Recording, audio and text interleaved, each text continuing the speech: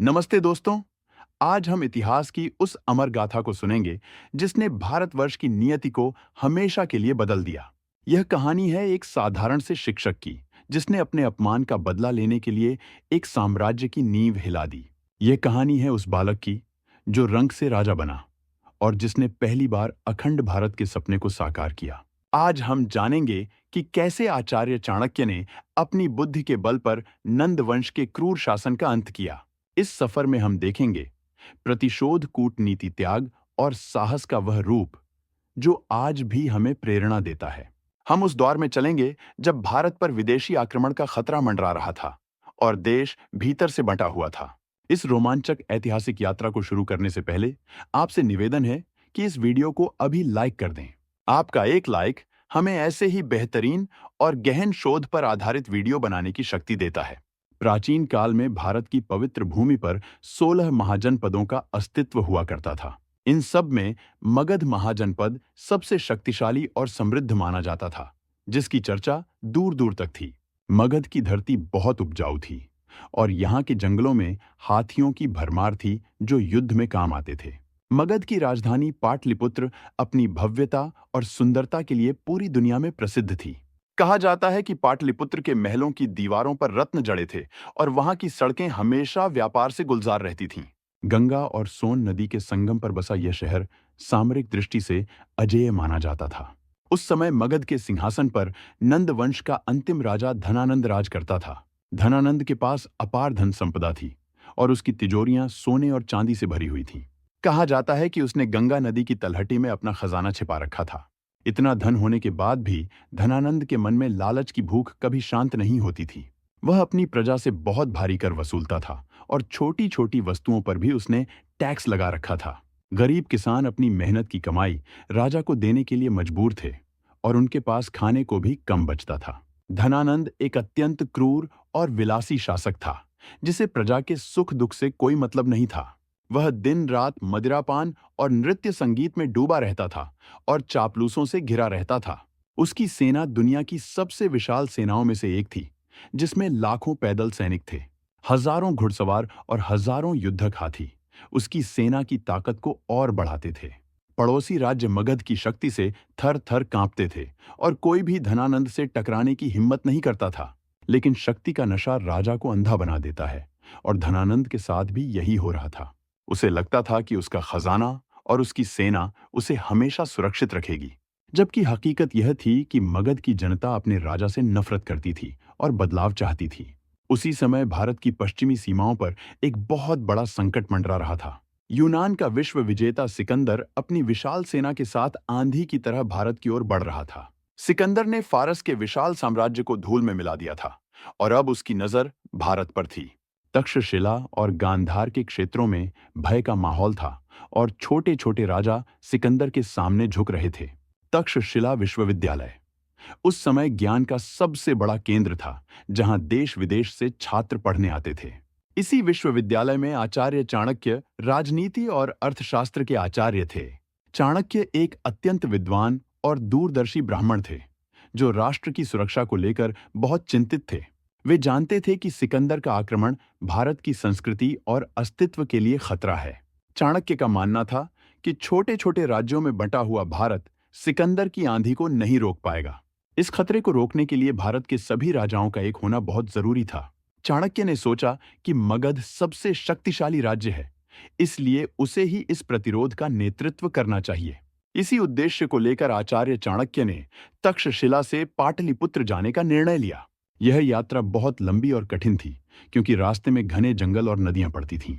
लेकिन देश प्रेम की भावना ने चाणक्य को थकने नहीं दिया और वे पाटलिपुत्र पहुंच गए। पाटलिपुत्र पहुंचकर उन्होंने देखा कि वहां का राजा और प्रशासन पूरी तरह से भ्रष्ट हो चुका है। जनता त्राही त्राही कर रही थी और अधिकारी अपनी जेबें भरने में व्यस्त थे। चाणक्य ने किसी तरह राजा धनानंद से मिलने का समय मांगा ताकि वे उसे खतरे से आगाह कर सकें। राज दरबार में जब चाणक्य पहुंचे तो वहां का दृश्य देखकर उनका मन ग्लानि से भर गया। राजा धनानंद अपने सिंहासन पर मदिरा के नशे में चूर बैठा था और नर्तकियों का नाच देख रहा था। चाणक्य का रूप रंग बहुत साधारण था और वे काले वर्ण के थे, जो राजा को पसंद नहीं आया। फिर भी चाणक्य ने राजा को सम्मान देते हुए सिकंदर के आक्रमण के बारे में बताना शुरू किया। उन्होंने कहा कि महाराज, यवन सेना हमारी सीमाओं पर दस्तक दे रही है और हमें सतर्क होना होगा। उन्होंने सलाह दी कि सभी पड़ोसी राजाओं के साथ संधि करके एक विशाल संयुक्त सेना बनाई जाए। धनानंद को यह बात बिल्कुल पसंद नहीं आई कि एक साधारण ब्राह्मण उसे राजकाज सिखा रहा है। उसने अहंकार में भरकर कहा कि मेरी सेना इतनी विशाल है कि सिकंदर मेरा कुछ नहीं बिगाड़ सकता। धनानंद ने चाणक्य की क्रूरता और उनकी वेशभूषा का मजाक उड़ाना शुरू कर दिया। दरबार में बैठे मंत्री और चापलूस भी राजा के साथ मिलकर जोर जोर से हंसने लगे। चाणक्य ने अपमान का घूंट पीकर फिर से राजा को समझाने का प्रयास किया कि यह हंसने का समय नहीं है। उन्होंने चेतावनी दी कि यदि हम अभी नहीं जागे तो इतिहास हमें कभी माफ नहीं करेगा। इस पर धनानंद का गुस्सा 7वें आसमान पर पहुंच गया और उसने मर्यादा की सारी हदें पार कर दी। उसने अपने सैनिकों को आदेश दिया कि इस ढोंगी ब्राह्मण को छोटी पकड़कर धक्के मारते हुए बाहर निकाल दो। सैनिकों ने चाणक्य को धक्का दिया, जिससे वे जमीन पर गिर पड़े और उनकी शिखा खुल गई। एक ब्राह्मण के लिए उसकी शिखा का खुलना और भरी सभा में गिरना मृत्यु समान अपमान था। चाणक्य ने अपनी खुली हुई शिखा को हाथ में लिया और उनकी आंखों में क्रोध की ज्वाला धधक उठी। उन्होंने उसी क्षण एक भीषण प्रतिज्ञा ली, जिसने मगध के भविष्य को तय कर दिया। चाणक्य ने गरजते हुए कहा कि हे धनानंद, तुमने आज ज्ञान और गुरु का अपमान किया है। मैं शपथ लेता हूं कि जब तक मैं तेरे और तेरे पूरे वंश का समूल नाश नहीं कर दूंगा, तब तक मैं अपनी इस खुली हुई शिखा में गांठ नहीं बांधूंगा। धनानंद ने इस धमकी को हंसी में उड़ा दिया और कहा कि जा, जो करना है कर ले। चाणक्य राजमहल से बाहर निकल आए और उनका हृदय प्रतिशोध की आग में जल रहा था। लेकिन वे जानते थे कि केवल क्रोध से इतने शक्तिशाली साम्राज्य को नहीं गिराया जा सकता। इसके लिए उन्हें एक ऐसी योजना बनानी होगी जो अचूक हो, और एक ऐसा योद्धा चाहिए जो उसे अंजाम दे सके। चाणक्य अब एक ऐसे बालक की तलाश में थे जिसमें राजा बनने के गुण जन्मजात हों। वे जंगलों और गांवों की खाक छानते रहे और लोगों के बीच योग्य पात्र को खोजते रहे। एक दिन विंध्याचल के जंगलों से गुजरते हुए उनकी नजर कुछ बच्चों के एक समूह पर पड़ी। बच्चे एक खेल खेल रहे थे जिसे राजकीलम कहा जाता था। एक बालक ऊंचे टीले पर बैठकर राजा का अभिनय कर रहा था और बाकी बच्चे उसकी प्रजा बने थे। वह बालक बहुत ही गंभीरता से अपने साथियों की समस्याएं सुन रहा था और न्याय कर रहा था। उस बालक के चेहरे पर एक अलग ही तेज था और उसकी आवाज में आत्मविश्वास था। चाणक्य ने छिपकर उस बालक के न्याय करने के तरीके को देखा और वे दंग रह गए। उस बालक ने खेल खेल में ही एक बहुत जटिल समस्या को बड़ी चतुराई से सुलझा दिया था। चाणक्य को तुरंत आभास हो गया कि उन्हें वह हीरा मिल गया है जिसकी उन्हें तलाश थी। वह बालक कोई और नहीं बल्कि चंद्रगुप्त था, जो एक मोर पालने वाले के घर में रहता था। चाणक्य ने उस बालक के अभिभावक से बात की और उसे अपने साथ ले जाने का प्रस्ताव रखा। कहा जाता है कि चाणक्य ने उस बालक के बदले में 1000 कारशापण मुद्राएं दी थीं। चंद्रगुप्त ने अपने गुरु पर भरोसा किया और उनके साथ तक्षशिला जाने के लिए तैयार हो गया। तक्षशिला का सफर चंद्रगुप्त के लिए एक नई दुनिया के दरवाजे खुलने जैसा था। वहां पहुंचकर चाणक्य ने चंद्रगुप्त को अपने कठोर अनुशासन में डाल दिया। वे उसे सुबह ब्रह्म मुहूर्त में उठाते और देर रात तक कड़ी मेहनत करवाते थे। चाणक्य ने चंद्रगुप्त को वेदों और शास्त्रों का ज्ञान दिया ताकि उसका चरित्र निर्माण हो सके। इसके साथ ही उसे तलवारबाजी, घुड़सवारी और तीरंदाजी की बेहतरीन शिक्षा दी गई। चाणक्य ने उसे सिखाया कि युद्ध केवल बाहुबल से नहीं बल्कि बुद्धिबल से भी जीता जाता है। उन्होंने उसे कूटनीति के दांवपेच सिखाए और शत्रु के मनोविज्ञान को समझना सिखाया। साल दर साल बीतते गए और वह छोटा बालक एक युवा और शक्तिशाली योद्धा बन गया। चंद्रगुप्त अब तैयार था और चाणक्य की प्रतिज्ञा पूरा करने का समय आ गया था। गुरु और शिष्य ने मिलकर एक छोटी सी सेना तैयार की, जिसमें कुछ स्थानीय लोग शामिल थे। जोश और उत्साह में भरकर उन्होंने सीधे मगध की राजधानी पाटलिपुत्र पर आक्रमण कर दिया। यह एक बहुत बड़ी भूल थी, क्योंकि उनकी सेना बहुत छोटी और अनुभवहीन थी। मगध की विशाल सेना ने उन्हें आसानी से हरा दिया और उनकी सेना तितर-बितर हो गई। चंद्रगुप्त और चाणक्य को अपनी जान बचाने के लिए युद्ध के मैदान से भागना पड़ा। वे वेश बदलकर मगध के गांवों में छिपते रहे ताकि सैनिक उन्हें पहचान न सकें। यह हार उनके लिए एक बहुत बड़ा झटका थी और वे अपनी गलती समझने की कोशिश कर रहे थे। एक दिन वे एक गांव में एक झोपड़ी के पास से गुजर रहे थे। तभी उन्हें एक बूढ़ी औरत की आवाज सुनाई दी, जो अपने बेटे को डांट रही थी। बच्चे ने गर्म खिचड़ी खाने की जल्दी में अपना हाथ जलवा लिया था। बूढ़ी मां ने कहा कि अरे मूर्ख, तू भी चाणक्य और चंद्रगुप्त जैसा ही नासमझ है। जो गर्म खिचड़ी के बीच में हाथ डालता है, उसका हाथ तो जलेगा ही। समझदार व्यक्ति खिचड़ी को किनारे से धीरे धीरे ठंडा करके खाता है। किनारे की खिचड़ी ठंडी होती है और उसे खाना आसान होता है। फिर बीच में जाना चाहिए। यह सुनकर चाणक्य और चंद्रगुप्त ठिठक गए और एक दूसरे की ओर देखने लगे। एक साधारण बूढ़ी औरत ने उन्हें वह पाठ पढ़ा दिया था जो वे अपनी विद्वता से नहीं समझ पाए थे। वे समझ गए कि साम्राज्य के केंद्र पर सीधे हमला करना आत्महत्या करने जैसा है। उन्हें पहले मगध की सीमाओं को कमजोर करना होगा और फिर राजधानी की ओर बढ़ना होगा। इस सीख ने उनकी रणनीति को पूरी तरह बदल दिया और उन्होंने नए सिरे से काम शुरू किया। अब चाणक्य ने सीधे युद्ध करने के बजाय कूटनीति का जाल बिछाना शुरू किया। उन्होंने हिमालय के राजा पर्वतक से संपर्क किया, जो एक शक्तिशाली राजा थे।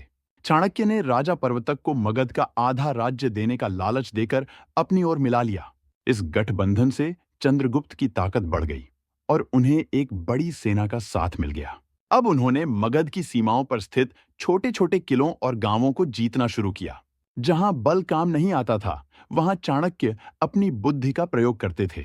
वे दुश्मन के सेनापतियों में फूट डाल देते या उन्हें रिश्वत देकर अपनी ओर मिला लेते। धीरे धीरे मगध के सीमावर्ती इलाके चंद्रगुप्त के अधिकार में आने लगे। लेकिन धनानंद की शक्ति का असली स्रोत उसका अमात्य राक्षस था। अमात्य राक्षस बहुत ही स्वामी भक्त और बुद्धिमान मंत्री था, जो मगध की रक्षा कर रहा था। चाणक्य जानते थे कि जब तक राक्षस धनानंद के साथ है, उसे हराना लगभग असंभव है। इसलिए चाणक्य ने राक्षस और धनानंद के बीच अविश्वास पैदा करने की योजना बनाई। उन्होंने अपने जासूसों का एक विशाल जाल पूरे मगध में फैला दिया। ये जासूस भिक्षु, किसान, व्यापारी और नर्तकियों के भेष में हर जगह मौजूद थे। वे राजमहल की गुप्त खबरें चाणक्य तक पहुंचाते और जनता में राजा के खिलाफ भड़काते। चाणक्य ने यह अफवाह फैला दी कि धनानंद के पापों के कारण राज्य पर दैवीय प्रकोप होने वाला है। उन्होंने भविष्यवाणी करवा दी कि नंद वंश का अंत अब निश्चित है। इससे मगध के सैनिकों का मनोबल टूटने लगा और वे युद्ध से पहले ही हार मानने लगे। चाणक्य की सबसे खतरनाक चाल विषकन्याओं का प्रयोग थी। विषकन्याएं वे सुंदर स्त्रियां थीं जिनके शरीर को बचपन से ही विष देकर जहरीला बना दिया जाता था। इनके संपर्क में आने वाला कोई भी शत्रु धीरे धीरे मृत्यु को प्राप्त हो जाता था। चाणक्य ने इन विषकन्याओं के माध्यम से धनानंद के कई प्रमुख सहयोगियों को रास्ते से हटा दिया। मगध के दरबार में अब डर और शक का माहौल पैदा हो गया था। धनानंद को लगने लगा था कि उसके अपने ही लोग उसके खिलाफ साजिश कर रहे हैं। इसी शक के चलते उसने अपने कई वफादार मंत्रियों को दंडित किया, जिससे वे नाराज हो गए। चाणक्य ने इसी असंतोष का फायदा उठाया और कई मंत्रियों को अपनी तरफ मिला लिया। अब चंद्रगुप्त की सेना बहुत विशाल हो चुकी थी और उसका आत्मविश्वास चरम पर था। उन्होंने पाटलिपुत्र को चारों तरफ से घेर लिया और रसद की आपूर्ति काट दी। शहर के अंदर खाने पीने की कमी होने लगी और जनता में हाहाकार मच गया। अंततः वह घड़ी आ गई जब दोनों सेनाएं आमने सामने हुईं। रणभूमि में धूल के गुब्बार उड़ने लगे और हाथियों की चिंगाड़ से आसमान गूंज उठा। तीरों की ऐसी वर्षा हुई कि सूर्य की रोशनी भी ढक गई। चंद्रगुप्त ने युद्ध के मैदान में बिजली जैसी गति और सिंह जैसा पराक्रम दिखाया। वह अपनी तलवार से शत्रुओं को ऐसे काट रहे थे जैसे किसान फसल काटता है।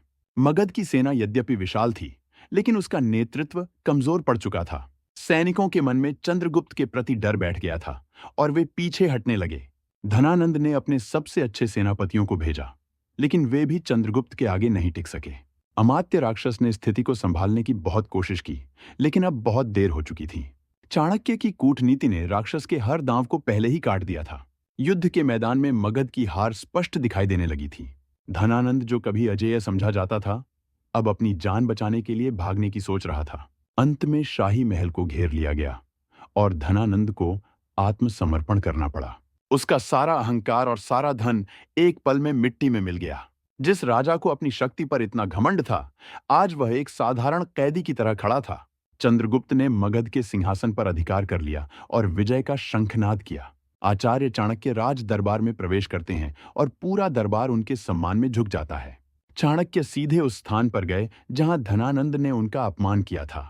उन्होंने अपनी शिखा खोली और फिर उसे विधि विधान के साथ गांठ बांधकर अपनी प्रतिज्ञा पूरी की। यह केवल एक व्यक्ति की जीत नहीं थी, बल्कि यह धर्म और न्याय की जीत थी। चंद्रगुप्त मौर्य का राज्याभिषेक बहुत धूमधाम से किया गया और वे भारत के सम्राट बने। चाणक्य ने चंद्रगुप्त को सलाह दी कि वह पराजित राजा धनानंद के परिवार को जीवन दान दे दें। उन्हें जंगल में जाने की अनुमति दी गई, जो चाणक्य की दयालुता को दर्शाता है। हालांकि कुछ कथाओं में धनानंद के वध का भी उल्लेख मिलता है, लेकिन मुख्य उद्देश्य नंद वंश का अंत था।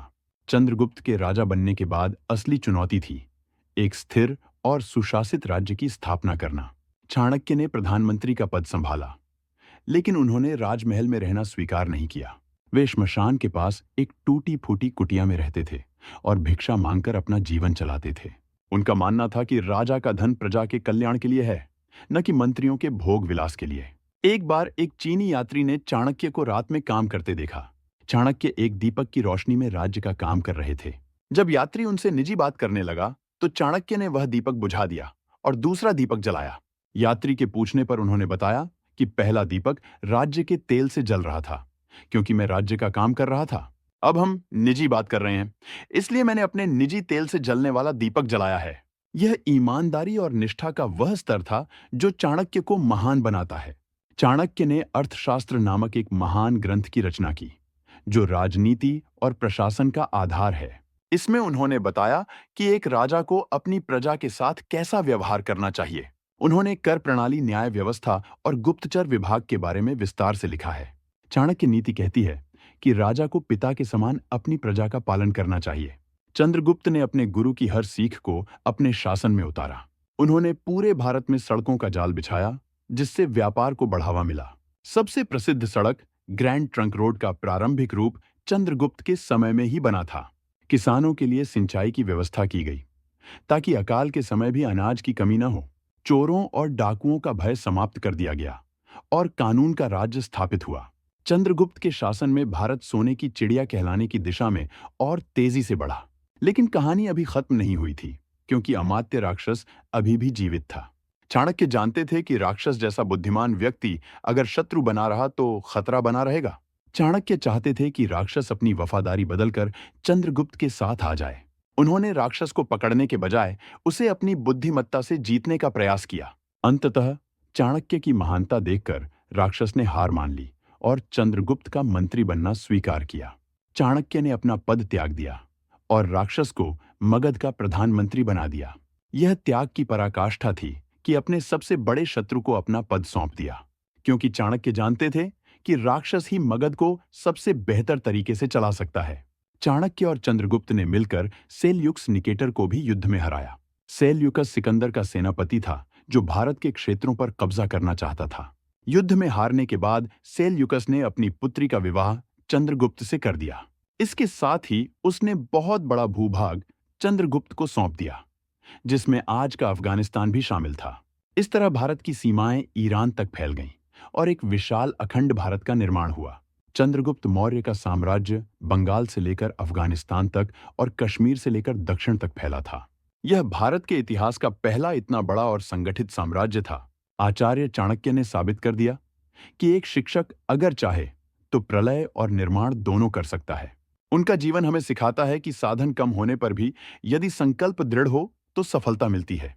वे कहते थे कि अपमान को पचाना सीखो और उसे अपनी ताकत बनाओ। धनानंद ने अगर चाणक्य का अपमान न किया होता तो शायद नंद वंश का अंत न होता। इतिहास गवाह है कि जब जब अहंकार सिर उठाता है तो उसका अंत निश्चित होता है। चंद्रगुप्त का जीवन भी हमें यह सिखाता है कि जन्म से कोई महान नहीं होता, बल्कि कर्म महान बनाते हैं। एक ग्वाले का बेटा भी अपनी योग्यता और सही मार्गदर्शन से सम्राट बन सकता है। चाणक्य और चंद्रगुप्त की जोड़ी गुरु शिष्य परंपरा का सबसे उत्कृष्ट उदाहरण है। शिष्य का समर्पण और गुरु का मार्गदर्शन जब मिल जाते हैं तो असंभव भी संभव हो जाता है। जीवन के अंतिम वर्षों में चंद्रगुप्त ने अपना सिंहासन अपने पुत्र बिंदुसार को सौंप दिया। उन्होंने जैन धर्म अपना लिया और राजपाट छोड़कर दक्षिण भारत चले गए। चाणक्य भी अपने कर्तव्य को पूरा करके वानप्रस्थ आश्रम की ओर चले गए, लेकिन उनके द्वारा बनाया गया ढांचा सदियों तक भारत को दिशा दिखाता रहा। मौर्य वंश ने अशोक जैसे महान सम्राट दिए, जिन्होंने दुनिया को शांति का संदेश दिया। आज भी जब हम भारत के सुनहरे अतीत की बात करते हैं तो मौर्य काल का नाम सबसे ऊपर आता है। चाणक्य की नीतियां आज भी कॉरपोरेट जगत और राजनीति में उतनी ही प्रासंगिक हैं। वे हमें सिखाते हैं कि मुसीबत के समय घबराना नहीं चाहिए, बल्कि ठंडे दिमाग से सोचना चाहिए। वे कहते थे कि जो व्यक्ति अपने लक्ष्य के प्रति ईमानदार होता है, उसे कोई रोक नहीं सकता। दोस्तों, यह कहानी केवल इतिहास के पन्नों तक सीमित नहीं है। यह कहानी हर उस व्यक्ति की है जो अपने जीवन में कुछ बड़ा करना चाहता है। यह हमें याद दिलाती है कि हमारी परिस्थितियां चाहे कैसी भी हों, हम अपना भाग्य खुद लिख सकते हैं। हमें चाणक्य जैसी दूरदर्शिता और चंद्रगुप्त जैसा साहस अपने भीतर जगाना होगा। आज के दौर में भी हमें अपने देश को आगे ले जाने के लिए ऐसी ही एकता की जरूरत है। अखंड भारत का जो सपना चाणक्य ने देखा था, वह हमारी विरासत है। इस महान गाथा को सुनकर निश्चय ही आपके रोंगटे खड़े हो गए होंगे। हमने कोशिश की है कि इतिहास के इस महासागर से कुछ अनमोल मोती आपके लिए चुनकर लाएं। उम्मीद है कि आचार्य चाणक्य और चंद्रगुप्त मौर्य का यह संघर्ष आपको प्रेरित करेगा। आज के वीडियो में हमने जाना कि कैसे प्रतिशोध एक साम्राज्य के निर्माण का कारण बना, कैसे एक छोटी सी गलती से सीख लेकर रणनीति बदली गई और जीत हासिल हुई। हमने देखा कि अहंकार किस तरह विनाश का कारण बनता है और विनम्रता विजय का मार्ग प्रशस्त करती है। यदि आपको लगता है कि इस कहानी ने आपके जीवन में कोई सकारात्मक प्रभाव डाला है, तो हमें जरूर बताएं। इस वीडियो को अपने दोस्तों और परिवार के साथ शेयर करें ताकि वे भी इस गौरवशाली इतिहास को जान सकें। जाते जाते आपसे एक बार फिर विनम्र निवेदन है कि वीडियो को लाइक करना ना भूलें। आपका एक लाइक हमारे लिए बहुत मायने रखता है और हमें ऐसे ही वीडियो बनाने के लिए प्रोत्साहित करता है। ऐसी ही और ऐतिहासिक और ज्ञानवर्धक कहानियों के लिए हमारे साथ बने रहें। अगले वीडियो में हम इतिहास के किसी और रोचक अध्याय को खोलेंगे। तब तक के लिए अपना ख्याल रखें और इतिहास से सीखते रहें। धन्यवाद और जय हिंद।